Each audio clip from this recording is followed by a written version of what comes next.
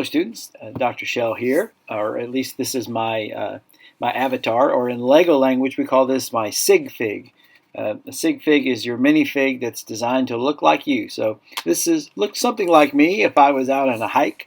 And so that's my metaphor for today as we begin looking at these 5 different ethical lenses. And I describe it as sort of looking over the ethical landscape to realize that people will look at the same ethical situation and come to very different conclusions about what is the moral thing to do. And I want to think about that a little bit today.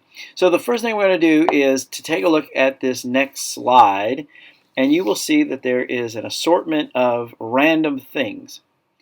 And so what I want you to do is to pause this video, and I want you to look over that assortment of things. There's 18.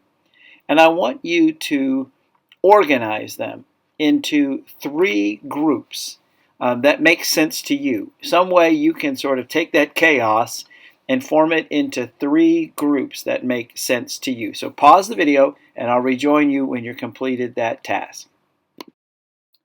So I wish there was a way that we could share our results. I'd be curious to see how you organized your pile. I'm just going to share with you a couple of ways some students that have done this with me in class have organized it. One student organized it this way.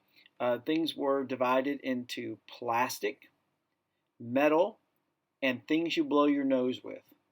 And so those were those 3 categories, all things plastic, things that were predominantly metal, although I think the clothespin is quite a stretch to fit into that category. And then, of course, things you blow your nose with. So, what do you think of that?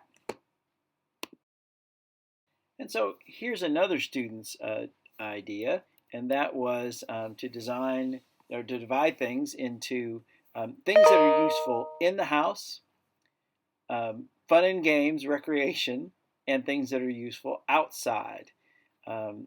And so, again, I think you could argue that the bandana could be used outside. You could argue that the calculator could be used anywhere, but it all makes sense. These are things that you use on the inside of the house, things that you are just for fun, and things that are useful outside. Now, of course, the point of this exercise is to help us realize that if we can't even agree on how to organize 18 random items on a table, and maybe you had some of the same categories. I don't know, did you have things to blow your nose with?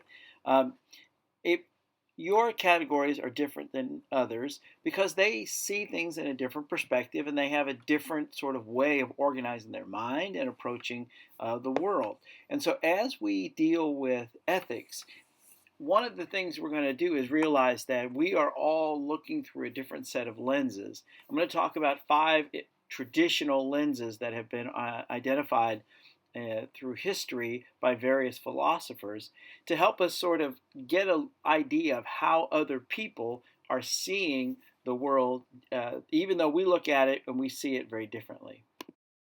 All right, so here we have one more activity to do. Same pile of stuff, only this time I want you to pause the video and I want you to pick out the 3 things that you think are the most valuable and why. So stop the video. Look over the items. You're going to pick the 3 things that you think are the most valuable, and I want you to list next to them what makes them valuable. So again, it would be wonderful if we could share this in real time and compare your list to others. But let me just share with you a couple of things that some other students brought up.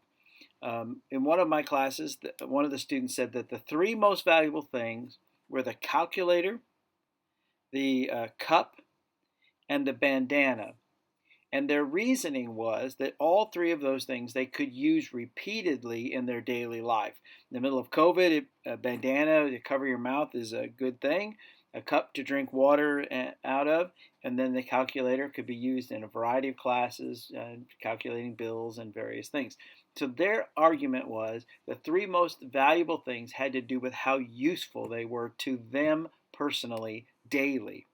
I had another student that said it was the bike chain and the calculator and the horseshoe because they thought that they could sell those 3 items. So they believed that of the things in that pile, those 3 items could be sold, and then that money could be useful to them for other purposes. So the items themselves, it wasn't what could be done with them, it was how they could be converted into cash. And so as we look at ethics, ethics is essentially a question of values. What makes something right or wrong really is a statement of what you value.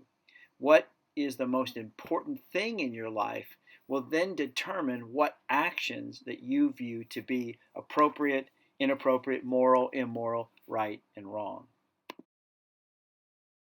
All right, so that's a good way for us to start our conversation about what we mean when we examine the world of ethics and the 5 different ethical lenses.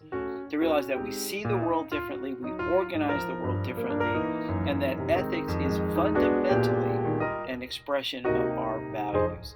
So thank you for joining me, and this is Dr. Shell sauntering on.